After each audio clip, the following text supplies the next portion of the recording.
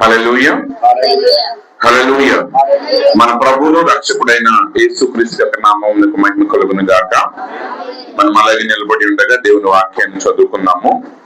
అపోస్తలుడైన పౌలు కొరింథీయులకు రాసిన పత్రిక 2వ పత్రిక 4వ అధ్యాయము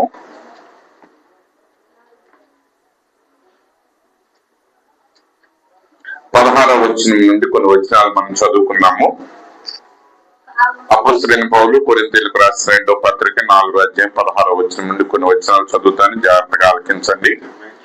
కావున మేము ఆధైర్యపడము, మా బాహ్య పురుషుడు కృషించుచున్నను, ఆంతర్య పురుషుడు దినదినము నూతన పరచబడుచున్నాడు. మేము దృశ్యమైన వాటిని చూడక అదృశ్యమైన వాటిని నిదానించి చూస్తున్నాము గనుక క్షణమాత్రముందు మా చులకని శ్రమ మా కొరకు అంతకంతకు ఎక్కువగా నిత్యమైన మహిమ భారమును కలుగజేయుచున్నది. ఏలయనగా దృశ్యమైనవి అనిత్యములు, అదృశ్యమైనవి నిత్యములు. ప్రభు ఈ వాక్య భాగమును దీవించును గాక. ఆమె ప్రార్థన చేస్తున్నాం. మహోన్నతుడా, మహాగణుడా, సర్వాధికారి యేసు ప్రభువా, నీ పరిశుద్ధమైన నామానికి స్తోత్రాలు తండ్రి. ఈ సాయంకాల సమయంలో ప్రభువా మరి నాయన నీ ప్రియకుమారుడు శ్రీను గారి యొక్క గృహంలో చేరి నీ నామాన్ని స్తుతించి ఆరాధించడానికి ప్రభువా మీరు మాకు ఇచ్చిన గొప్ప కృపను బట్టి నీకు స్తోత్రాలు తండ్రి. వాతావరణాన్ని మీరు స్వాధీనంలో ఉంచుకున్నందుకు నీకు వందనాలు ప్రభువా. చేరి వచ్చిన బిడ్డలందరినీ కూడా మీ చేతులకు అప్పగిస్తున్నాం నాయన. ఇంతవరకు పాటల ద్వారా నీ నామాన్ని మేము కనపరుచున్నాం తండ్రి, నీ నామాన్ని మేము స్తుతించి ఉన్నాం ప్రభువా. నాయన మా స్తుతులకు మీరే యోగ్యులు, అర్హులై ఉన్నారు తండ్రి. నీ నామం నిత్యము స్తుతింపదగినది ప్రభువా. నాయన అలాంటి గొప్ప ధన్యతను మీరు మాకు ఇచ్చినందుకు నీకు వందనాలు ప్రభువా. ఈ సమయంలో ప్రభు మా స్తుతి సింహాసనం మీద మీరు ఆసనలై ఉండగా నాయన మరి ఒకసారి మమ్మల్ని మేము నీకు సమర్పించుకొని చూన్నాం తండ్రి. నాయన నీ వాక్యం ద్వారా నాతో మాతో మీరు మాట్లాడండి ప్రభువా. మీరు మాట్లాడుతున్న ప్రతి మాట పునరుద్ధాన శక్తి ద్వారా నీ బిడ్డల యొక్క జీవితాలకు గొప్ప ఆశీర్వాదాన్ని కలిగించినట్లుగా సహాయం చేయండి, మహిమ పొందండి. యేసుక్రీస్తు పరిశుద్ధ నామములో ప్రార్థిస్తున్నాం తండ్రి, ఆమేన్. కూర్చోండి.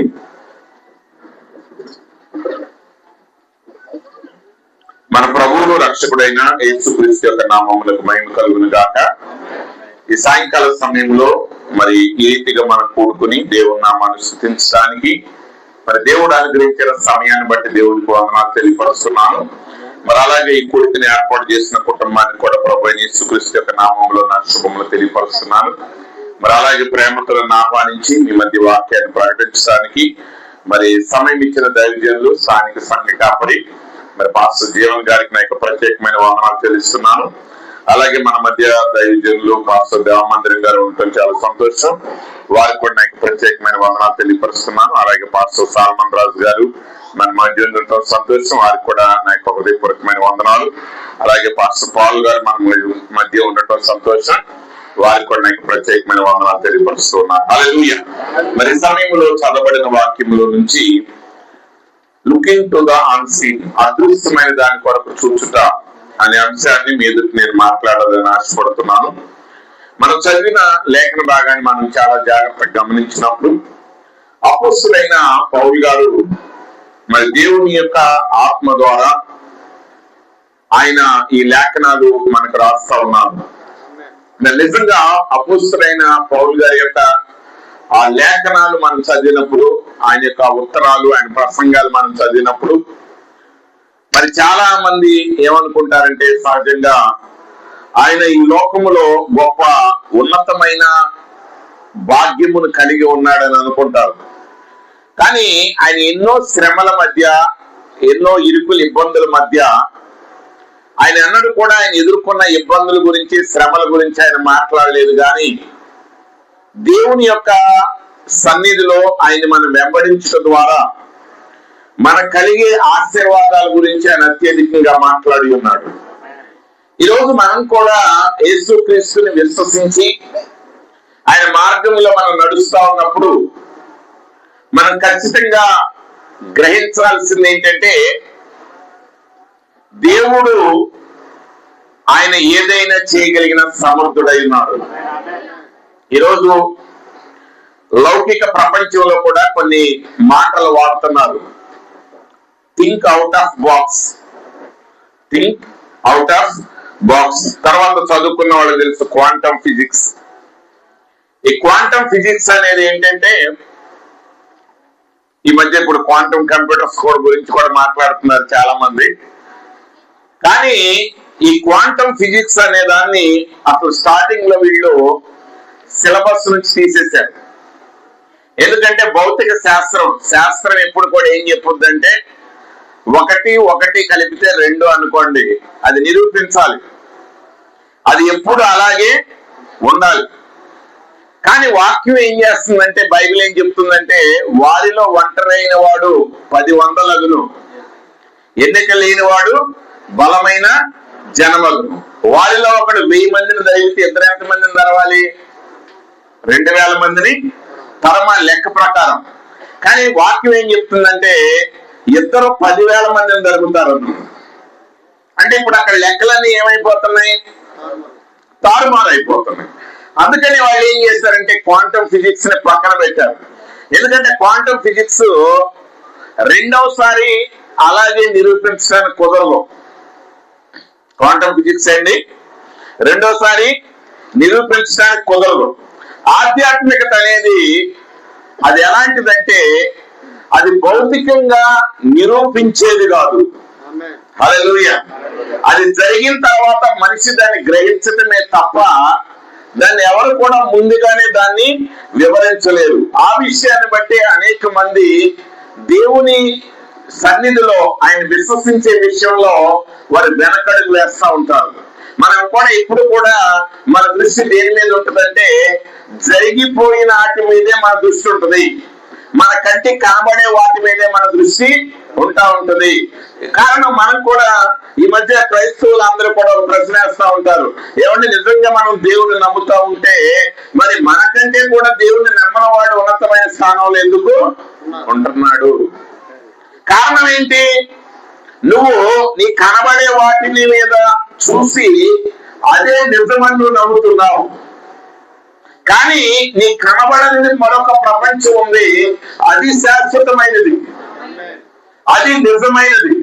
కాబట్టి ఒక నిజ విశ్వాసి ఏం చేయగలడంటే ఆ నిజ విశ్వాసి మాత్రమే తన చుట్టూ ఉన్న భౌతికమైన పరిస్థితులను దాటి ఆ అదృశ్యమైన జరగబోయే వాటిని అతను చూడగలడు. అందుకే బైబిల్ చెప్తుంది విశ్వాసం అన్నది నిరీక్షించబడి వాటి యొక్క నిజ స్వరూపమై ఉన్నది.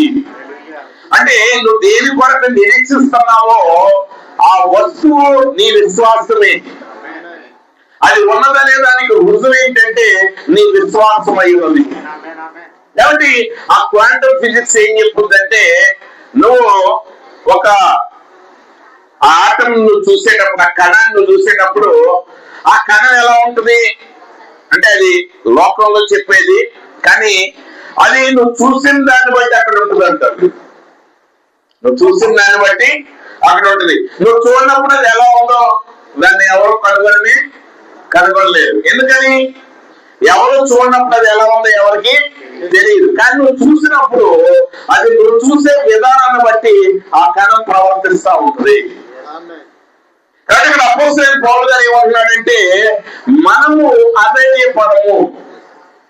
ఒక క్రైస్తవుడు అధైర్యపడదు. ఎందుకంటే జరుగుతున్న వాటిని భౌతికమైన వాటిని అతను చూడట్లేదు, కానీ దానికి మించిన సామర్థ్యత కలిగిన దాన్ని అతను చూస్తా ఉన్నాడు. ఈ రోజు మనం ప్రభువుని నమ్మిన తర్వాత, మనం రక్షణ పొందిన తర్వాత మనము భౌతికమైన కార్యాలను దాటి నిజంగా చూడగలిగితేనే ఆ ఎత్తబోట్లో మనం పాలిభాగస్తులం కాగలం. మన యొక్క గురి, మన యొక్క గమ్యం, మన యొక్క ప్రవర్తన ఇవన్నీ కూడా దేని మీద ఆధారపడి ఉండాలంటే ఆ అదృశ్యమైన వాటి మీద ఆధారపడి మన ప్రవర్తన కొనసాగాలి. అందులో యేసు ప్రభు వారు ఆయన శిష్యులు కలిసి ఒకరోజు నావ మీద ప్రయాణం చేస్తా ఉన్నారు. యేసు ప్రభు ఆ ప్రయాణ బడలిక చేత ఆయన అలసిపోయి వాడ లోపలి భాగానికి వెళ్లి ఆయన నిద్రిస్తా ఉన్నారు.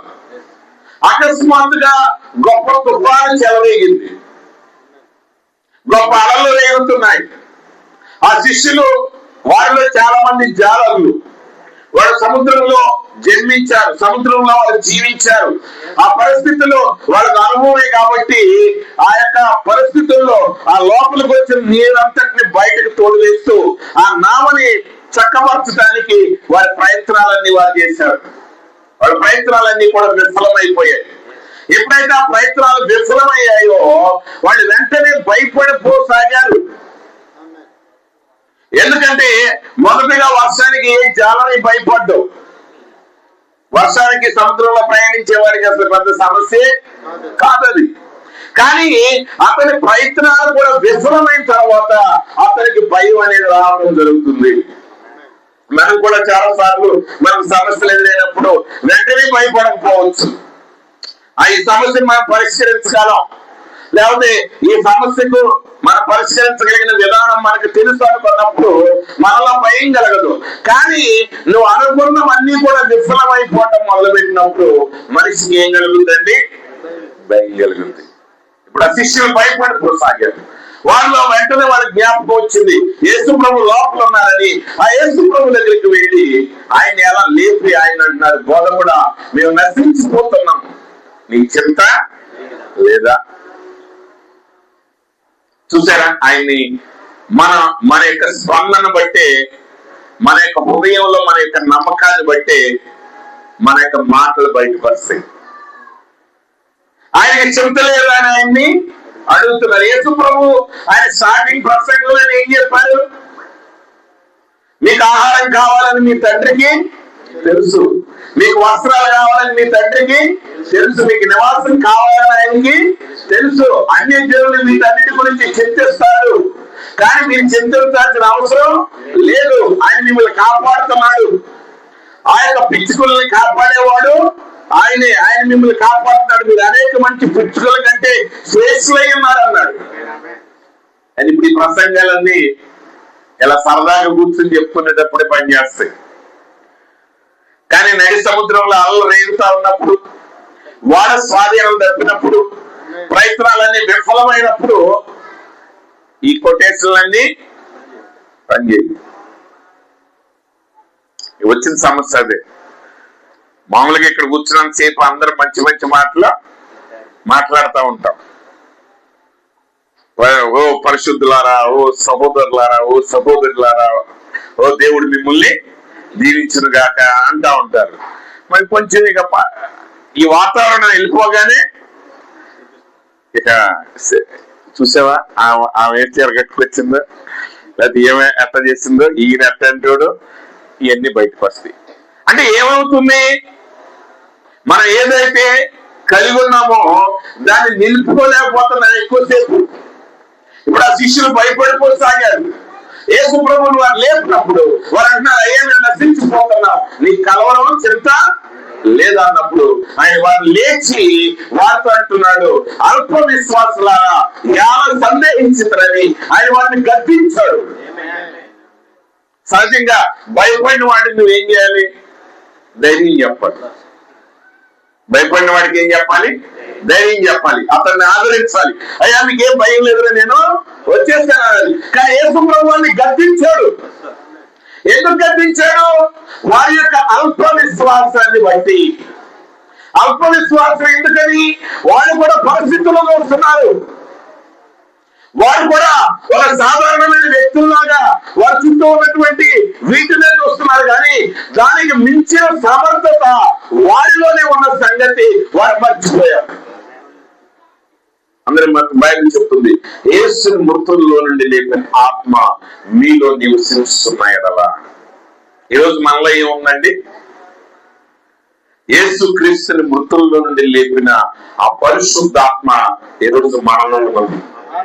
ఆయన యందు విశ్వాసం నుంచి ఆయన నామములో బాప్తిసం పొంది ఆయన యొక్క బిడ్డగా మరియు ప్రతి వ్యక్తి జీవితంలో ఆ శక్తిని దేవుడు ఉంచాడు, ఆ సమర్థతను దేవుడు ఉంచాడు. కానీ ఆ శక్తిని సమర్థతను గ్రహించాలి అంటే ఆయన వాక్యం ముందు పరిపూర్ణమైన విశ్వాసాన్ని కలిగి ఉండాలి. ఈ రోజు దేవుని మాట ఎందు మనం విశ్వాసం కలిగి ఉండాలి. ఎప్పుడైతే దేవుని వాక్యమందు మనం పరిపూర్ణమైన విశ్వాసాన్ని కలిగి ఉంటామో అప్పుడు జరుగుతున్న వాటిని దాటి అదృశ్యమైన వాటిని మనం చూడగలం. అదృశ్యమైన దాన్ని నువ్వు చూడగలిగినప్పుడు మాత్రమే నువ్వు చూసే ఈ ప్రపంచం మీద నువ్వు విజయాన్ని సాధించగలవు. ఒకవేళ నువ్వు అదృశ్యమైన దాన్ని చూడలేకపోతే నువ్వు విజయాన్ని సాధించలేవు. కొద్ది రోజుల క్రితం మా చర్చి దగ్గర ఒక పాము వచ్చింది. అది కారు కిందకి వెళ్ళిపోయింది. మరి అది అక్కడెక్కడో కారు దగ్గర ఉందా లేకపోతే బయటకు వెళ్ళిందా అనే దాన్ని ఎవరో చూడలేదు. సరే చాలాసేపు ట్రై చేసాం. అది ఒక అతను ఎవరు తలకే కనపడుతుంది అన్నాడు, మళ్ళీ అది లోపలికి వెళ్ళిపోయింది అన్నాడు. సరే ఆ కనపడింది అన్నవాడు తప్ప ఎవడ దాన్ని చూడలేదు. అట్లా దాన్ని వదిలేయటానికి వీలు లేదు. సరే ఒక ఇద్దరు వ్యక్తులు వచ్చారు. వాళ్ళు వచ్చి ఏమంటున్నారంటే, ఏమండి అది కనపడకుండా దాన్ని మేమేమి చేయలేం. అసలు అది కనపడితే చేతితో పట్టుకునైనా లాగుతాం. కానీ ఇప్పుడు ఆ కనపడకుండా మేము ఆ బానెట్లో చేయబెట్టామంటే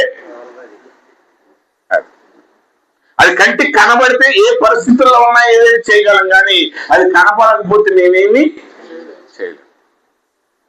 ఏదైనా నీకు కనబడందాన్ని నువ్వేం చేయలేవు, నీకు అర్థం కాదని నువ్వేమి చేయలేవు.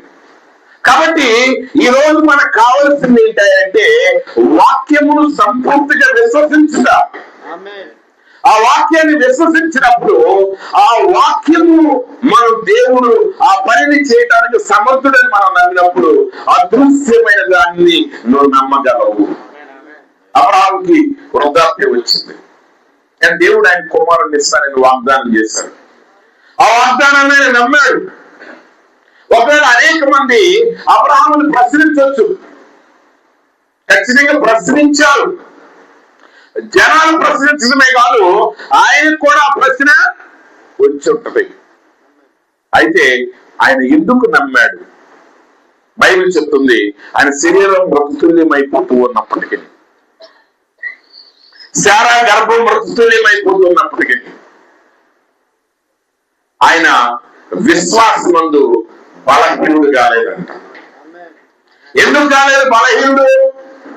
ఎందుకు కాలేదంటే ఆయన ఒక దానిని చూశాడు. ఆయన ఒక అదృశ్యమైన దాన్ని చూశాడు. అదేంటంటే మాట ఇచ్చిన దేవుడు నమ్మదగిన వాడై ఉన్నాడు. దేవుడు నమ్మదగిన వాడు. అబ్రాహాముని ఎవరు ఏ ప్రశ్న వేసినా అబ్రాహాము చెప్పింది ఏంటంటే నాకు చెప్పిన వాడు నమ్మదగిన వాడై ఉన్నాడు. శారాయు నమ్మింది. ఆమె మృతతుల్యమైన గర్భం వచ్చినప్పటికీ మరి ఈ యొక్క వృద్ధురాలైన నేను సంతానానికి అంటానా అని అన్ని నమ్మినప్పటికీ ఒకప్పుడు ఆమె నమ్మింది ఏంటంటే ఆయన మృతి చెందిన దానిని బ్రతికించటానికి దేవుడు సమర్థుడు అని శారాయు నమ్మింది. అందుకే బైబిల్ చెప్తా ఉంది, అది వరకు చూడని కార్యములను గురించి నోవాహు దేవుని చేత హెచ్చరించబడినప్పుడు. నోవాహు కాలానికి ముందు ఈ భూమి మీద వర్షం అనేదే లేదు. ఈ భూమి మీద ఏం లేదండి, వర్షం లేదు. మరి పంటలన్నీ ఎలా పండేవి? నీటి ఆవిరి నేల నుండే వచ్చేది. దానికి కావలసినటువంటి ఆ జలములన్నీ నేల నుండే వచ్చేది. వర్షం అనేదాన్ని ఎన్నడూ వారు చూడలేదు. ప్రవక్త అంటాడు, ఆ కాలంలో వారు శాస్త్ర విజ్ఞానంలో ఎంత అభివృద్ధి చెందారు. వారు పైకి వెళ్ళి వారు ర్యాకెట్లు వేసి వాళ్ళు ఆకాశ విశ్రామంలోనికి వెళ్ళినా అక్కడ ఒక్క చుక్క నీరు కూడా వారికి కనబడలేదు. సైన్స్ డిక్లేర్ చేసేసింది ఏమని, అసలు నీరు అనేది లేదు. కానీ దేవుడు అన్నాడు, గొప్ప జల ప్రళయం చేత ఊపిరి కలిగిన ప్రతి దాన్ని నేను నాశనం చేయబోతున్నాను, కాబట్టి నువ్వు రక్షించబడటానికి నువ్వు ఒక ఓడను నిర్మించమన్నాడు. కనబడని దాని చేత హెచ్చరించబడి నోవాహు ఏం చేశాడంటే భయభక్తులు కలిగి తన ఇంటి వారి రక్షణ కొరకు ఆ ఓడను నిర్మించాడు. ఈరోజు అనేక ప్రవచనాలు నెరవేరాయి మన ముందు.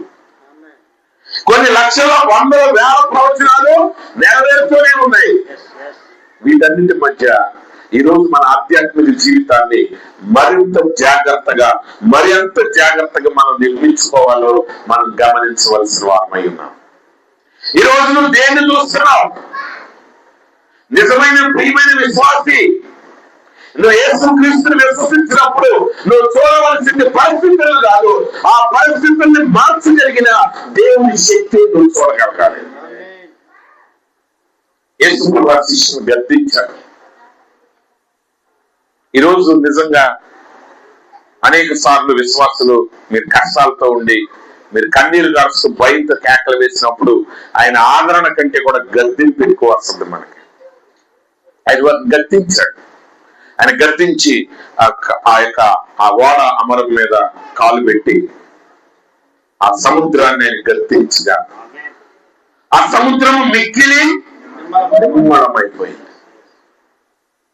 వారు అనుకుంటున్నారు, ఈయన ఎవరు? ఈయనకి గాలియు సముద్రమును లోబడుతున్నారు. ఆయన ఎవరంటే ఆ సముద్రాన్ని గాలిని సృష్టించిన సృష్టికర్త అయి ఉన్నారు. కానీ ఆ విషయాన్ని నమ్మే విషయంలో శిష్యులు బలహీనులయ్యారు. ఈరోజు మన జీవితంలో కూడా కొన్ని పరిస్థితులను బట్టి మన విశ్వాసం ఏ స్థితిలో ఉందో తెలుస్తుంది. అయితే వాళ్ళు ఆ సమయంలో అల్ప విశ్వాసాలే కానీ ఒక సమయం వచ్చినప్పుడు వాళ్ళు పరిశుద్ధాత్మ చేత నింపబడి బహుబలంగా దేవుని గురించి వారు ప్రకటించారు. వారు భూమిని తలకిందులుగా చేశారు. అనేక మందికి రక్షణ సువార్తను ప్రకటించారు. యేసు మరణం నుంచి తిరిగి లేచాడని ధైర్యంగా ప్రకటించి ఆయన కొరకు తమ ప్రాణాలు కూడా అర్పించారు. బహుశా ఆ టైంలో యేసు ప్రభు దగ్గర మనం ఎవరైనా ఉండుంటే, శిష్యులం కాకుండా ఆయన బంధువులు స్నేహితులు మనం అయి ఉంటే మనం ఏం చేస్తాం? యేసయ్యా, యేసు ప్రభు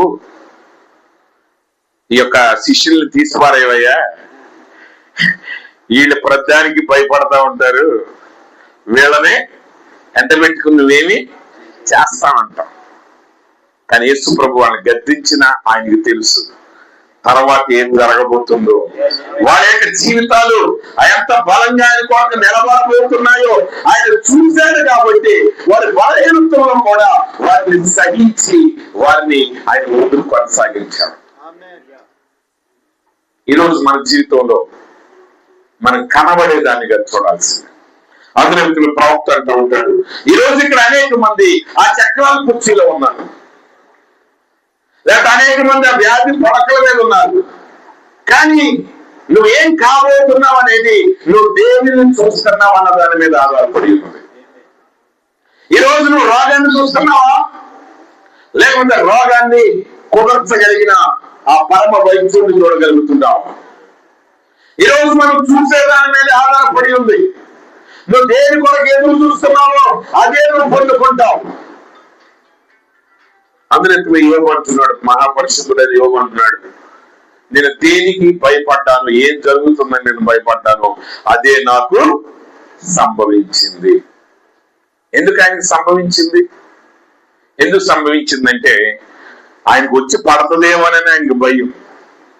దేవుడేమో ఆయన చుట్టూ కంచి వేశాడు. దేవుడు ఆయన చుట్టూ ఏం వేశాడండి? కంచి వేశాడు. ఆ కంచెను దాటడానికి సాతానుడి వల్ల కూడా కాల దెయ్యాలు పోతాలు కాదు, వాళ్ళందరికి అధిపతి అయిన సాతానుడు కూడా ఆ కంచెను తాకలేకపోయాడు. దేవుడు అంత గొప్ప కంచె యోబుకి వేస్తే లోపల ఉన్న యోబు ఏంటి? లోపల యోబు ఎలా ఉన్నాడు? ధైర్యంగా ఉన్నాడా? లేడు. ఏమైపోతాం? ఇది తప్పు చేస్తే ఏమైపోద్ది? ఒకటి ఆరు తప్పు చేసాడేమో, కూతురు తప్పు చేసినేమో, రెండోవాడు తప్పు చేసాడేమో, మూడోవాడు తప్పు చేసాడేమో, ఇవన్నీ ఉంటాయో ఉంటావు, ఏమైపోతావు? అంటే దానికి గల కారణం ఏంటి? ఆ కంచె ఉన్న సంగతి యోగుకు తెలియదు. ఆ కంచె ఉన్న సంగతి యోగుకి తెలుసుంటే యోగుకి ఆ బైబిల్ ఉండేదే కాదు. ఈ రోజు నువ్వు అదృశ్యమైన దాన్ని చూడలేకపోతే, ఆ వాక్యం నీకు ఏదైతే చెప్తుందో నువ్వు దాన్ని చూడలేకపోతే ఖచ్చితంగా సాతానుడు మన జీవితాలతో మన కుటుంబాలతో ఆటలాడుతూ ఉంటాడు. కాబట్టి ప్రియమైన సహోదరి సహోదరులారా, ఈరోజు మనం ఏం చేస్తున్నాం? నువ్వు కదా ఒకవేళ ఈరోజు దేవుడి వాగ్దానాన్ని చూడగలిగితే, దేవుని యొక్క సామర్థ్యతను నువ్వు చూడగలిగితే, ఆయన ఎంత శక్తిమంతుడో నువ్వు చూడగలిగితే, నువ్వు చూసే దాన్ని బట్టి నీ వైఖరి, నీ విశ్వాసం మారుతుంది. నీ విశ్వాసం పరిస్థితులన్నింటినీ జయించే శక్తిని ఇస్తుంది. అబ్రహాం వృద్ధులవుతున్నాడు, శారా వృద్ధులవుతున్నాడు, కానీ వారు దేన్ని చూశారంటే ఆయన మృతి చెందిన దాన్ని కూడా బ్రతికించగలిగిన సమర్థుడు. ఈరోజు కనబడే దాన్ని బట్టి విచారించకండి, కనబడే వాటిని బట్టి మీరు కృంగిపోవద్దు. ఎందుకంటే కనబడేవన్నీ అశాశ్వతమైనవని వాక్యం మనకు బోధిస్తుంది. దృశ్యమైనవన్నీ అశాశ్వతం, శాశ్వతమైనది అదృశ్యమైనది. ఆ అదృశ్య ప్రపంచంలో ఉన్నవాడు సృష్టికర్త. ఇప్పుడు అందులో ఏమున్నది అనేది మనకి చెప్పేది వాక్యం. చాలా మంది అంటారు, ఎవడు చూసి వచ్చాడు? అవి చూసి వచ్చిన రాశాడు ఇవన్నీ. హల్లెలూయా. వాళ్ళు చూశారు, వాళ్ళ ఆత్మచేత ఎత్తబడ్డారు, వాళ్ళు పరిశుద్ధాత్మచేత నింపబడ్డారు. వాళ్ళు ఆయన చూసి రాశారు కాబట్టి కొన్ని వందల వేల సంవత్సరాల తర్వాత కూడా ఆ వాక్యాలు చెప్పినట్టుగానే నెరవేరుతున్నాయి. యెషయా అన్నాడు, కన్యక గర్భవతి కుమారుని. ఇశ్రాయేలీయులంట కన్యక అనే పదానికి అక్కడ వాడిన అర్థానికి యువతి అని కూడా మనకు అర్థం ఉందంట. దాన్ని బట్టి ఇశ్రాయేలీయులు అందరూ కూడా, అంటే మన వాళ్ళు సీమంతాలు చేసినట్టు, మనదాకా సీమంతాలు తప్పని తిట్టేవాళ్ళం. ఇప్పుడే దానికి ఇంగ్లీష్ పేర్లు పెట్టారు, బేబీ షవర్ అని. అప్పుడు అమెరికా కూడా, ఆస్ట్రేలియా కూడా చేస్తున్నాడు, ఇండియా వాడు కూడా చేస్తున్నాడు. అది వేరే విషయం. మరి అక్కడ ఎంత చేసేవాళ్ళు కానీ యూదులు సీమంత అంటే ఆ గర్భం దాల్చగానే ఆ తల్లిదండ్రులు లేకపోతే భర్త అమ్మాయి కడుపు మీద చేయబెట్టి, ప్రభువా యెషయా ప్రవచించిన ప్రవచనం ప్రకారంగా ఆ రక్షకుడి గర్భము నుండి వచ్చును గాక. అదెంత అవుతుంది? వాక్యం అక్కడ ఆయన ఏమని ప్రవచించాడు? కన్యక గర్భవతి కుమారుని కలుగు. అప్పుడు వీళ్ళేమన్నారంటే, ఏమో ప్రవక్త ఏదో చిన్న పొరపాటు మాట్లాడి ఉంటాడు, అమ్మాయి అనకుండా కన్యక అన్నాడు కాబట్టి ఖచ్చితంగా నా భార్య ద్వారానే రక్షకుడు కొడతాడు. అందుకే ప్రవక్త వర్తమానంలో ఉన్న పొరపాట్లు సరిదిద్దొద్దు అనేది మిమ్మల్ని. ఆయన మోషే గాడు ఎలీషా అన్నాడు అనుకో, ఉంచేయండి. జనాలు చదువుకుని ఇక్కడ పొరపాటు చెప్పాడు అని అనుకుంటారు. అంతేగాని నువ్వు దాన్ని సరిచేసి ఆ ప్రవక్త చెప్పిన దాన్ని నువ్వు మార్చాల్సిన అవసరం ఏమీ లేదు. కాబట్టి కొన్ని చాలా కాలం చేసుకున్నారు. కొంతమంది అన్నారు యెషయా అబద్ధ ప్రవక్తయా, అలా ప్రవచనం చూడు, కన్యక గర్భవతి కుమారుని ఎట్టగంటది, ఆయన ప్రవచనమే తప్పు, అసలు ఆయన ప్రవక్తే కాదన్న వాళ్ళు కొంతమంది ఉన్నారు. కొంతమంది రహస్యంగా ఏదో కొంచెం తేడా అయి ఉంటుందండి, కాబట్టి ఖచ్చితంగా ప్రభువా నా భార్య గర్భం ద్వారానే ఆ బిడ్డని. కానీ 700 సంవత్సరాలు దాటిన తర్వాత యెషయా ద్వారా దేవుడు ఏదైతే పలికించాడో అదే మాట ఆయన పలికినట్టుగా నెరవేరింది.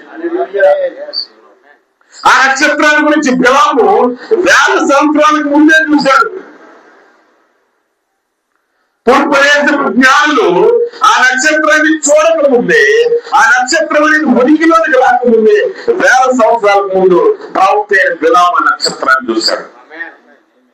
ఈ ప్రవచనం గ్రంథం అంతా ఆ అదృశ్యమైన దాన్ని చూసి రాసినోడికి.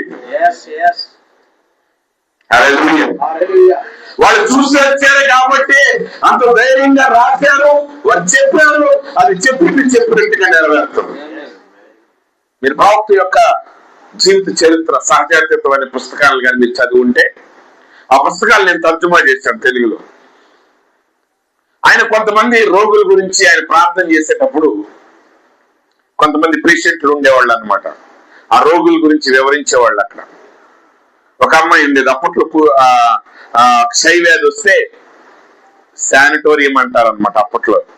ఆ హాస్పిటల్కి వెళ్తే అర్థం ఏంటంటే ఇంకా తిరిగి ఆమె బయటికి రాదు, ఇంకా చనిపోద్ది గ్యారంటీ, ఇంక ఈ వ్యాధి ఎవరికి అంటకూడదు అనుకున్నప్పుడు ఆ అమ్మాయిని, ఆ రోగిల్ని ఎక్కడ తీసుకెళ్తారంటే శానిటోరియంకి తీసుకెళ్తారు. అలాంటి భయంకరమైన స్థితిలోకి వెళ్ళింది వ్యక్తి దగ్గరికి కూడా బ్రహ్మం గారు వెళ్ళి ప్రార్థన చేసిన తర్వాత ఆ అమ్మాయి పరిస్థితి, ఒక ఆమె పరిస్థితి చాలా భయంకరంగా ఉందన్నమాట. అవన్నీ చదువుతా ఉంటే ఇంకొక నిమిషానికి చచ్చిపోద్దేమో అన్నట్టుగా ఉండేది నాకు. కానీ అలాంటి ఆమె దగ్గరికి వెళ్ళి ప్రవక్త వెళ్ళి, రేపు సాయంత్రానికి నువ్వు ఇంటికాడ వంట చేసి మీ ఆయనకి పెడతావు. ఆమె నేను కూడా సడన్ గా కమ్మి తినేవాడిని. అసలు ఇప్పుడు అమ్మాయి ఇంకొక 2 నిమిషాల్లో చచ్చిపోయే పరిస్థితి. కానీ ఆయన వచ్చి ఏమనేవాడు, రేపు సాయంత్రానికి ఇంటికాడ మీ ఆయనకి వంట చేసి పెడతామనేవాడు. ఆయన తెల్లగానే ఆ వ్యక్తికి వెంటనే ఉన్న పరిస్థితులు కూడా ఇంకా హీనంగా అయిపోయింది ఒక పేషెంట్కి. కానీ ఈయనేం చెప్పాడు, రేపు సాయంత్రానికి ఇంటికి వెళ్తావు. కానీ మరి 2 గంటల్లో దేవుని ఆత్మ ద్వారా ఆ అమ్మాయి వెంటనే సంపూర్ణమైన స్వస్థత పొందుకుంది. సాయంత్రం రౌండ్స్ వచ్చే డాక్టర్ ఎంత ఆరోగ్యంగా ఉన్నామని ఎందుకు ఇక్కడ ఉంచారు, అర్జెంట్ గా పంపించేసేయండి. అయ్యా మా ఆయన ఇంటికాడ ఉన్నాడు, ఈ చీకట్లో నేను వెళ్ళానంటే, నువ్వు ఎంత ఆరోగ్యవంతురాలు, రోగులు మంచి ఉంటే 7 రాగలి కదులుతాయి, ఏదైతే ముందు హాస్పిటల్లో ఉండడానికి వీళ్ళని గెట్ అవుట్. మరుసటి తెల్లవారేసరికి ఆ పరిపూర్ణమైన ఆరోగ్యంతో ఇంటికి వచ్చేసి సాయంత్రానికి చక్కగా వంట చేసి వాళ్ళ ఇంట్లో భర్తకి భోజనం పెట్టి అని చెప్పినప్పుడు తర్జుమా చేస్తే నాకే ఆ ఫస్ట్ అద్భుతం నమ్మటం నాకే కష్టమైంది. అదే దేవుని యొక్క శక్తి. పరిస్థితులను బట్టిగా దేవుని కార్యం చేశాడు. ఎంతమంది ఉన్నారు డాక్టర్లు, ఇది సాయంత్రం దాకా కూడా ఉండడం అన్నవాడు ఇంకా 25 ఏళ్ళ నుంచి ఆడికి ఇంకా సాయంత్రం రానోళ్ళు ఉన్నారు, నీకు 100 ఏళ్ళ గ్యారంటీ లేదన్న వాళ్ళు. ఎందుకంటే ఆయన అదృశ్యమైన ప్రపంచంలో ఉన్న దేవుడు. ఆయన దేశ ప్రపంచాడు, పరలోకం లేదు భూమి లేదు, నాకు సర్వాధికారం ఇవ్వబడి ఉన్నది. ఈ రోజు ఆయన సర్వాధికార్యాన్ని నువ్వు గ్రహించగలిగితే, నువ్వు విశ్వసించగలిగితే, ఆయన వాగ్దానాన్ని నువ్వు నమ్మగలిగితే, ఆయన వాగ్దానాన్ని నువ్వు ఎప్పుడు నమ్మగలవంటే ఆయన యొక్క గుణ లక్షణాల మీద నీకు సంపూర్ణమైన విశ్వాసం ఉన్నప్పుడు. ఆయన గుణ లక్షణాల మీద నీకు సంపూర్ణమైన విశ్వాసం ఎప్పుడు వస్తుందంటే ఈ వాక్యాన్ని నువ్వు చూసినప్పుడే ఆయన యొక్క సామర్థ్యం ఏంటో నీకు కనపడుతుంది. ప్రియమైన సహోదరి సహోదరులారా, ఈ రోజు మనం ఆయన వాగ్దానాన్ని మనం చూడవలసి ఉంది. నువ్వు దేవుడిని నేను పొందుకోవాలన్నా నీకు విశ్వాసం కావాలి. ఆ విశ్వాసం నీకు ఇచ్చేది దేవుడు వాక్యమై ఉంది. ఈరోజు లోకంలో జరిగే వాటిని నమ్మకండి. ఎప్పుడు ప్రజలకి ఏంటంటే సైన్స్ నమ్మటం ఇష్టం. కానీ గుర్తుపెట్టుకోండి, ఫిజిక్స్ మించిన సబ్జెక్ట్ ఆల్రెడీ ఉందని వాళ్ళకి తెలుసు, అదే క్వాంటమ్ ఫిజిక్స్. ఆ క్వాంటమ్ ఫిజిక్స్ లోకి వెళ్ళినప్పుడు ఏమవుతుందంటే ఈ ఫిజిక్స్ లో ఉన్న ప్రతి నియమము తప్పు అయిపోతుంది. ఇప్పుడు 8వ తరగతి నుంచి మీరు ఫిజిక్స్ చదువుతూ ఉంటారు సార్, రకరకాల నియమాలు కదండి. ఏదో న్యూటన్ ఫస్ట్ లా, సెకండ్ లా, ఫారడే ఫస్ట్ లా, సెకండ్ లా చదువుతూ ఉంటారు. ఇవన్నీ క్వాంటమ్ ఫిజిక్స్ లో పనికిరావు. ఎన్ని క్వాంటమ్ ఫిజిక్స్ లో పనికిరావు. చెప్పేవాడు రోజు చెప్పేవాడికి కొత్తగా ఉంటుంది, వినేవాడికి కొత్తగా ఉంటుంది. దాన్ని టీచ్ చేయటం ఎవడం వల్ల కాదు. మరి ఈ క్వాంటమ్ ఫిజిక్స్ లో వాళ్ళకి అర్థమైన ఆ 2 ముక్కల ఆ జస్ట్ ఆ ఆటం ఎలా ఉందనే దాన్నే వాళ్ళు వివరించడానికి ఎంత సమయం పడితే సృష్టికర్తను వివరించడం ఎవరి వల్ల అనేది సాధ్యమేనా? దేవుణ్ణి తెలుసుకునే ఏకైక మార్గం ఏంటంటే పసిబిడ్డ వంటి హృదయం కలిగి వాక్యాన్ని నమ్ముతుంది మాత్రం. నువ్వు నమ్మినప్పుడు నమ్మిన వారి ద్వారా ఈ కార్యాలు జరుగుతాయి. నువ్వు విశ్వసించాలి. నువ్వు దేవుని వాక్యాన్ని ఎప్పుడైతే విశ్వసించగలిగావో, దేవుని యొక్క వాగ్దానాన్ని ఎప్పుడైతే విశ్వసించగలిగావో, ఆ కార్యాన్ని బట్టి ఆ విశ్వాసం ఏం చేస్తుందంటే అక్కడ సృష్టిస్తుంది. నేను ఇందాక చెప్పినట్టు ప్రవక్త కాలంలో ఆయన ఒక ఏరియాలో ఒక అబ్బాయికి అదేమంటారు, ఇందాక చెప్పారు, క్షయవ్యాధి వచ్చింది. ఆ క్షయవ్యాధి వచ్చినప్పుడు ఆ ప్రాంతంలో మరి ఆ రోగాలు వచ్చినప్పుడు తీసుకెళ్లి హాస్పిటల్లో జాయిన్ చేయాలి. అయితే ఆ తండ్రి అంతకుముందు కొద్ది కాలం వరకు అతను త్రాగుబోతు. అయితే ఆయన సువార్తను విన్నాడు, రక్షణ పొందాడు, పరిశుద్ధాత్మగా నింపబడ్డాడు. నింపబడిన తర్వాత కుటుంబాన్ని చక్కగా చూసుకోవటం మొదలు పెట్టాడు. అయితే ఆయన కుమారుడికి ఆ వ్యాధి వచ్చినప్పుడు మరి అది ట్రీట్మెంట్ లేని వ్యాధి. అయితే ఆయన నమ్మాడు ఏంటంటే దేవుడు నా కుమారుడిని స్వస్థపరచడానికి సమర్థుడై ఉన్నాడు. ఆయన విశ్వాసంతో ప్రార్థన చేయడం ప్రారంభించాడు. కానీ ఆ దేశం యొక్క చట్టాల ప్రకారంగా ఆ వ్యాధి వచ్చిన వాడిని తీసుకెళ్లి శానిటోరియంలో అప్పగించాలి. అయితే ఆయన ఇంట్లోనే వచ్చి పిల్లల్ని ఆయన ప్రార్థన చేయడం ప్రారంభించాడు. అయితే ఇంటి పక్క 2 రోజుల తర్వాత ఆఫీసర్స్ కి ఫోన్ చేయటం జరిగింది. అయ్యా, ఈ జబ్బు వచ్చినోడిని ఆ తండ్రి ఇంట్లోనే పెట్టుకున్నాడు, వాడిని శానిటోరియం కి తీసుకువెళ్ళలేదు అన్నప్పుడు ఆ అధికారులు వచ్చినప్పుడు ఆయన చెప్తున్నాడు, నా కుమారుణ్ణి దేవుడు బాగు చేశాడు అంటాడు. విజయం దగ్గుతా ఉంటాడు పిల్లవాడేమో అక్కడే దగ్గుతూ ఆ వ్యాధితో బాధపడతా ఉంటాడు. అప్పుడు వాళ్ళు చెప్తారు, నువ్వు ఖచ్చితంగా నీ కుమారుడిని హాస్పిటల్లో జాయిన్ చేయాలి, లేకపోతే నిన్ను జైల్లో వేయటం జరుగుతుంది. ఆయన అంటాడు, లేదు, నా కుమారుడు దేవుడు స్వస్థపరిచాడు, నేను దేవుని యందు విశ్వాసం ఉంచానని చెప్పినప్పుడు వాళ్ళు విన్నారు. కాకపోతే ఆ వ్యక్తిని అరెస్ట్ చేయడానికి డాక్టర్ కూడా రావాలి ఆ దేశం చట్ట ప్రకారం. సరే, వాళ్ళు అంటారు, రేపు సాయంత్రానికి వస్తాం మేము డాక్టర్ గారిని, పోలీసుల్ని తీసుకుని అప్పుడు చెప్తాం నీ సంగతి అని ఆ వచ్చిన ఆఫీసర్స్ వెళ్ళిపోతారు. ఆ రాత్రి ఆయన ప్రార్థన చేస్తాడు, ప్రభువా నీ వాక్యం చెప్తుంది నువ్వు పొందిన దెబ్బల వల్ల మేము స్వస్థత పొంది ఉన్నాం. నా కుమారుడి పరిస్థితి ఎలా ఉన్నా నేను నమ్ముతున్నాను నీ మాటని, నీ వాక్యాన్ని నమ్ముతున్నాను ప్రభువా, నా నమ్మకం వ్యర్థం కాకుండా నువ్వు చెయ్యని ఆ రాత్రి అంతా ఆయన ప్రార్థన చేశాడు. ఆయన ప్రార్థన చేస్తా ఉంటే ఆ కుమారుడి పరిస్థితి ఇంకా దిగజారిపోతానే. అయినప్పటికీ ఆయన ప్రార్థించిన తర్వాత ఆయనకి ఆత్మలో ప్రేరేపించబడింది ఏంటంటే ఆ కుమారుడు స్వస్థత పొంది ఉన్నాడు. మరుసటి ఉదయానికి ఆ కుమారుడు కంప్లీట్ గా స్వస్థత పొంది ఉంటాడు. ఆ ఆఫీసర్స్ వస్తారు, ఆ పోలీసుని తీసుకుని ఆ డాక్టర్ని తీసుకుని వచ్చి నీ కొడుకుని మేము పరీక్ష చేయాలంటే అప్పుడు ఆయన అంటాడు, అక్కడ నా పిల్లలందరూ ఆడుతున్నారు, వాళ్ళలో ఎవరికి రోగం ఉంటే అని పట్టుకుని మీరే చూసుకుని వెళ్ళిపోండి. వాళ్ళు వచ్చి చూసినప్పుడు అందరూ కూడా పరిపూర్ణమైన ఆరోగ్యంతో ఉంటారు. వారిలో ఆ రాత్రి నిన్నటి రోజు ఆ వ్యాధితో బాధపడిన ఆనవాళ్ళు కూడా ఎవరిలో లేదు. యేసు ప్రభు సముద్రాన్ని గద్దించినప్పుడు అది నిమ్మళం అవటం కాదు, మిక్కిలి నిమ్మళమైంది. అంటే అలలా ఆగిపోవటమే కాదు, అసలు సముద్రం ఎప్పుడు కూడా ఒక మాదిరి దాని లోపల అలలు ఉంటే అది సాధారణమైన విషయమే.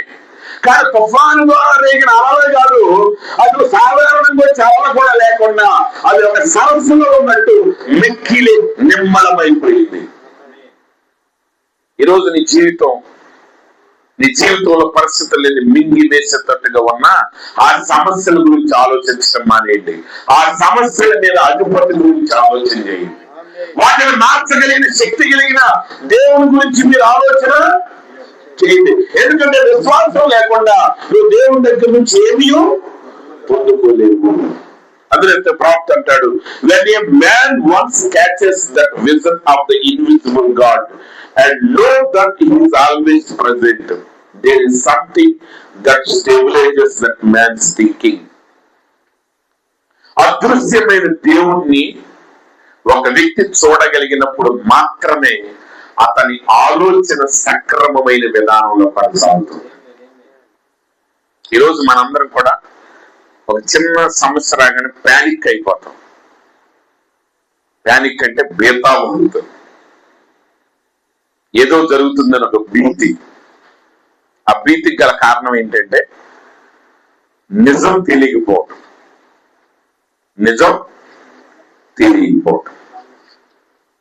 ఆ నిజం ఎవరికి తెలియలేదు? యోబుకి ఏమని తెలియలేదు ఆయనకి? ఆయన చుట్టూ ఎంత శక్తివంతమైన కంచె ఉందో ఆయనకి తెలియదు. శిష్యులకి ఏం తెలీదు? వారి లోపల, ఆ నావ లోపల ఉన్న ఆయన ఎంత శక్తిమంతుడో వారికి తెలియదు. అది తెలిస్తే నీ ఆలోచన సరైన విధానంలో సాగుతుంది. అందుకే శూన్యమీరాలైన గనురాలు, ఆ గనురాలకి తెలుసు ఎలీషాను చూస్తుంది, మన ఇంటికి వచ్చుస్తున్న ఆయన దైవజనుడు, ఈయన దేవుని ప్రవక్త అని ఆమె మొదటిగానే నమ్మింది. ఎలీషా చెప్పుకోలేదు దైవజనుడిని నేను, దైవజనుడిని నేను, దైవజనుడిని అని. ఎలీషాను చూసి ఆమె గ్రహించింది ఈయన దైవజనుడు అయి ఉన్నాడు. అందు నిమిత్తమే తన కుమారుడు మృతి చెందినప్పుడు, బిడ్డ చనిపోతే తండ్రి ఎలా ఉన్నా తల్లి యొక్క ఏడుపును తట్టుకోవటం ఎవరల్లా కాదు. నేను తండ్రి కంగారు పడతావు చెప్తే ఆ తల్లి మీరేం కంగారు పడాల్సిన అవసరం లేదు, ఆ బిడ్డను తీసుకెళ్లి ఆ ప్రవక్త యొక్క గదిలో ఆ మంచం మీద మీరు పొరవడు పెట్టండి అని చెప్పి ఆ బిడ్డను అక్కడ పడుకోబెట్టి ఆమె ఏం చేసిందంటే గాడిద గంత కట్టించి పనివాడిని తీసుకుని ప్రవక్త దగ్గరికి వెళ్ళిపోవడం మొదలుపెట్టింది. కారణం ఏంటి? ఆ శక్తివంతుడైన దేవుని శక్తిని నువ్వు నిజంగా చూడగలిగితే ఏ పరిస్థితి నేను కలవరపరచదు, ఏ పరిస్థితి నేను ఇబ్బంది పెట్టదు. ఆమె ఆ ప్రవక్త దగ్గరికి వెళ్ళినప్పుడు ఆ ప్రవక్త అంటున్నాడు, ఏంటి ఇది అమావాస్య కాదు, లేదా ఒక ప్రత్యేకమైన దినం కాదు, లేకపోతే ఏంటి ఏదో జరిగిందని దేవుడు నాకేమీ బయలుపరచలేదు, ఏం జరిగిందని ప్రవక్త కంగారు పడ్డాడు. ఎలీషా అనుకుంటాడు, ఏంటి కాల సమయం వచ్చింది, ఏమైనా అయ్యిందా అనుకుని ప్రవక్త ఎలీషా ఏం చేశాడంటే తన పనివాడిని పిలిచి ఆమె ఇంకా రాకముందే ఈయన్ని ఎదురు పరిగెత్తించాడు. అరే నువ్వు పరిగెత్తుకుంటా వెళ్ళిపోయి ఆమెను కలుసుకుని అసలు అందరూ బాగున్నారా లేదా కనుక్కో, లేకపోతే ఏంటి ఈ టైంలో వస్తుంది ఏంటి. మనకు ఒకప్పుడు అంటే ఇప్పుడు ఫోన్లు వచ్చాక అంత కామన్ అయిపోయింది అర్ధరాత్రి మాట్లాడుకుంటావు, కానీ ఇదివరకటి రోజుల్లో అసలు టెలిగ్రామ్ వస్తే టెలిగ్రామ్ అనగానే ఇంట్లో ఎవడో ఒకటి కింద పడిపోయేవాడు. టెలిగ్రామ్ అనగానే అసలు అందుట్లో ఏముందనే మాట అసలు అక్కర్లేదు, ముందు టకామైన ఒకడు శాంపుల్ కి పడిపోవాలి. ఎందుకంటే టెలిగ్రామ్ వచ్చిందంటే ఏదో అపాయం జరిగిందని. ఎలీషా గారు పరిగెత్తమన్నాడు, గెహాజీని అడిగాడు, అమ్మా ఏంటి అంత క్షేమం? అంతా క్షేమం. ఆ ప్రవక్త దగ్గరకు వచ్చింది, ప్రవక్త అడిగాడు, అమ్మ అంతా క్షేమమేనా? అంతా క్షేమమే. నీ భర్త బాగున్నాడా? నీ అబ్బాయి కుమారుడు బాగున్నాడా? అందరూ బాగానే ఉన్నారు. మరేం బాగున్నా సరే అంటే మన తెలుగులో ఉన్న దరిద్రం అది, ఎస్పెషల్లీ అసలు మామూలుగా మానవుల్లో ఉన్న తప్పే అది, ఇంకా మన తెలుగు భాషలో ఉన్నది ఇంకా తప్పు. ఎవడన్నా ఉంటే ఉన్నావులేండి అట్ట ఉన్నా ఎట్టాగో ఉన్నా. అది మనకేమో లేనాటినే ఉన్నట్టు చెప్పడం అలవాటు. అది బియ్యం నిండుకున్న ఏంటి అర్థం ఏంటి? బియ్యం నిండుకున్న ఏంటి ఇప్పుడు ఇంగ్లీష్ మీడియం చదువుకున్న వాళ్ళకి అర్థం కాదు. బియ్యం నిండుకోవడం అంటే నిండా అందుట్లోకి రావటం కాదు, అసలు అందుట్లో ఏమి లేవని అర్థం అనమాట. అది కానీ బియ్యం నిండా ఉన్నప్పుడు ఏం చెప్తారు అంటే లేనప్పుడే ఉన్నాయి అంటున్నారు, ఉన్నప్పుడు మాత్రం బాగున్నారంటే ఎవడు బాగున్నాడని చెప్పడు. ఎందుకంటే బాగున్నా ఉంటే అవతల ఏడుపుతారు. అది అందుకే పిల్లోడు అందంగా పుట్టినా పిల్ల అందంగా పుట్టినా 4 మచ్చలు పూడతారు అన్నమాట. ఎందుకని వచ్చినోడు ఏడుపుతాడు ఎవరు భయం మనకి. వచ్చిన వాళ్ళు ఏడిసేస్తారు, అమ్మ పిల్ల బాగుందంటే ఏడిసేస్తారు అతనికి వెళ్ళిపోయి. అందుకే కొన్ని మచ్చలు పెట్టామనుకోండి, ఏం బాగున్నాడు ఎప్పుడు మచ్చంది ఎక్కడ మచ్చంది పోనాయి అని అనుకుని వాళ్ళు వెళ్తారు. అప్పుడు ఇలా తెలిసి ఆడు వెళ్ళాక ఈ మచ్చలన్నీ కడిగేస్తారు. అది కాదు జీవితం. ఆమె కుమారుణ్ణి, చనిపోయిన కుమారుణ్ణి ఇంట్లో పెట్టుకొని ఆమె అసలు ప్రవక్త దగ్గరికి ఎలా వెళ్ళింది, ఆయన అడిగినప్పుడు క్షేమం అన్నప్పుడు క్షేమం అని ఎలా చెప్పగలిగిందంటే ఆమె ఆలోచన స్థిరంగా ఉన్నది. ఎందుకు స్థిరంగా ఉంది? మనం ఉండాలంటే ఉండలేము. ఆమె ఎందుకు స్థిరంగా ఉందంటే అదృశ్యమైనది ఆమె చూడగలిగింది. ఆమె చూసింది. ఆ అదృశ్యమైన దాంట్లో చనిపోయిన తన కుమారుడు కూడా తిరిగి బ్రతకటాన్ని ఆమె చూసింది. కాబట్టి ఆ పరిస్థితుల్లో అంత స్థిరముగా ఆమె నిలబడగలిగింది. స్టెఫన్ రాళ్ళతో పడుతున్నప్పుడు ఆయన స్థిరంగా ఎందుకు నిలబడ్డాడంటే పరలోకం తెరవబడినట్టు ఆయన చూశాడు. అత్యంత సింహాసనం ఆశీనుడైన ఆ దేవుణ్ణి చూశాడు. తర్వాత ఆయన ఎక్కడికి వెళ్ళబోతున్నాడు చూశాడు. కాబట్టి ఆయనకి జరగబోయే బహుమానాన్ని ఆయన చూశాడు. అందుకే పౌలు గారు అంటాడు, ఈ శ్రమలకు మేము ఎందుకు కలవరపడమంటే మేము పడే ప్రతి శ్రమ అత్యధికమైన ఆశీర్వాదాల భారాన్ని మనకు కలగజేస్తాం. హల్లెలూయా. అది పెద్దోళ్ళు అంటారు కదా, గాడిద మోస్తుంది బూడిద మూటలు అన్నట్టు. అవి బూడిద మూటలే కావచ్చు, కానీ ఇప్పుడు పౌలు గారిని ఇళ్ళు రాళ్లతో కొట్టారు. రాళ్లతో కొడితే ఆ రాయి పరలోకంలో ఆయనకి ఎంత బహుమానం ఇవ్వబోతుంది ఆయనకి తెలుసు. ఒకసారి ఒక పాస్టర్ గారు చెప్పారు, ఏసన్న గారు. ఆయన అంటే స్టార్టింగ్ లో ఒక చిన్న తాటేకి ఇంట్లో ఉండేవాడు అంట. అయితే ఒక పెద్ద తుఫాన్ వచ్చి ఆ ఏరియా అంతా కొట్టుకుపోయిందండి. అప్పుడు ఏంటి ఈయనంటే ఎవడో గెట్నోడు చెప్పాడంటే ఏసన్న చచ్చిపోయాడండి, మన గురిసిన వాహనకి చచ్చిపోయాడు అన్నారంట. చచ్చిపోయాడు అన్న తర్వాత ఇంకా మీటింగ్ పిలవాలనుకున్న వాళ్ళు కూడా ఇంకేం పిలుస్తారు, ఇద్దరు ముగ్గురు చెప్పు అంటే ఆ రోజుల్లో ఫోన్లు ఇవన్నీ లేవు కదా అసలు. ఆయన చచ్చిపోయాడు అంటున్నారు. సరే ఆయనేమో ఆ గవర్నమెంట్ వాళ్ళ దగ్గరికి అంటే ఇల్లు కూలిపోయిన వాళ్ళు అందరి దగ్గరికి వెళ్తారు కదా, ఆ వచ్చిన రాజధానికి వెళ్తే వాళ్ళు అన్నారంట, నీది ఇల్లు కాదు చర్చి, నీకేమో అన్నారంట. ఏం చేయాలో ఆయనకు అర్థం కాలేదంట. ఒక వారం దాకా ఎవడు మీటింగ్ కి పిలవలేదంట. సరే తర్వాత ఎవరో పాస్టర్ గారు కనిపించిందంటే, ఏసారి చచ్చిపోయాడు కదా, అక్కడ విశ్వాసులు ఎట్టున్నారు, ఇప్పుడు ప్రార్థనకి వెళ్తున్నారు లేదో కనుక్కున్నామని ఓ పాస్టర్ గారు వచ్చారంట. ఆయన వచ్చేసరికి అక్కడ కూలిపోయిన కాడి ఈయనే కూర్చున్నాడంట. ఇంకా ఆయన గుండె కలిగిన పాస్టర్ అనుకుంటా, ధైర్యంగా వచ్చాడు. అన్నా నువ్వు చచ్చిపోయావు అని చెప్పారా, నువ్వేంటి ఇక్కడే ఉన్నావు అన్నాడంట. మరి నేను చచ్చిపోవటం ఏంటి, నేను బాగానే ఉన్నాను అన్నాడంట. బాగానే ఉన్నాను అన్న తర్వాత సరే ఆయన మాట్లాడి వెళ్తా 100 రూపాయలు ఇచ్చేళ్ళాడంట. అట్లా ఆ విశ్వాసాన్ని చూడాలని ప్రేరేపించబడ్డా వచ్చిన ప్రతి పాస్టర్ కూడా వచ్చి ఒక 100 ఇచ్చేళ్ళారంట. అది ఇప్పుడు ఆ వచ్చి దానికి శుభ్రంగా ఆ చర్చి చిన్న ఇల్లు కూడా కట్టుకున్నాడంట. దేనివల్ల? ఆయన చచ్చిపోయాడని అందరికి ఆడు ఎందుకు చెప్పాడో తెలవదు. చెప్పినోడు ఒకందుకు చెప్పాడు, కానీ దేవుడు దాన్ని ఇంకో రీతిగా మార్చాడు.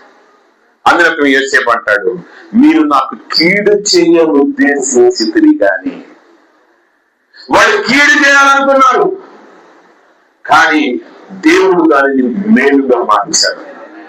ఈరోజు మనం సేవించే దేవుడు ఆయన కీడుని మేలుగా మార్చే దేవుడు. మీరు మచ్చలు పెట్టమాకండి, మీరేం కట్టమాకండి, మీరు గడితే అట్టాగే ఉంటుంది. దేవుడు దాన్ని ఏం చేస్తాడో చేయనివ్వండి. ఆయనకి మీరు అప్పగిస్తే ఆశీర్వాదాన్ని ఆశీర్వాదంగా మారుస్తాడు, శాపాన్ని కూడా ఆయన ఆశీర్వాదంగా మారుస్తాడు. దేవుడు యాకోబుతో అంటాడు, యాకోబు నేను బిలాము మాట వినలేదు. దేవుడు చెప్పుడు మాట లేనివాడు కాదు. దేవుడు ఎవరండి? చెప్పుడు మాట లేనివాడు కాదు. అని చెప్తున్నాడు యాకోబుతో, యాకోబు నేను బిలాము మాట వినక అతడి శాపాన్ని నేను ఆశీర్వాదంగా మార్చాను. దేవుడు ఏం చేశాడండి? ఆశీర్వాదంగా మార్చాడు శాపాన్ని. బిలాము శపించాడు, కానీ దేవుడు ఏం చేశాడు? ఆశీర్వదించాడు. ఎందుకని? దేవుడు చెప్పుడు మాట వినేవాడు కాదు అన్న సంగతి నీకు అర్థమైతే నీ ఆలోచన సరైన రీతిగా మారుతుంది. నీ ఆలోచన ఎప్పుడైతే సరైన రీతిగా మారిందో నువ్వు వాక్యాన్ని సరైన రీతిగా నమ్మటం మొదలు పెడతావు.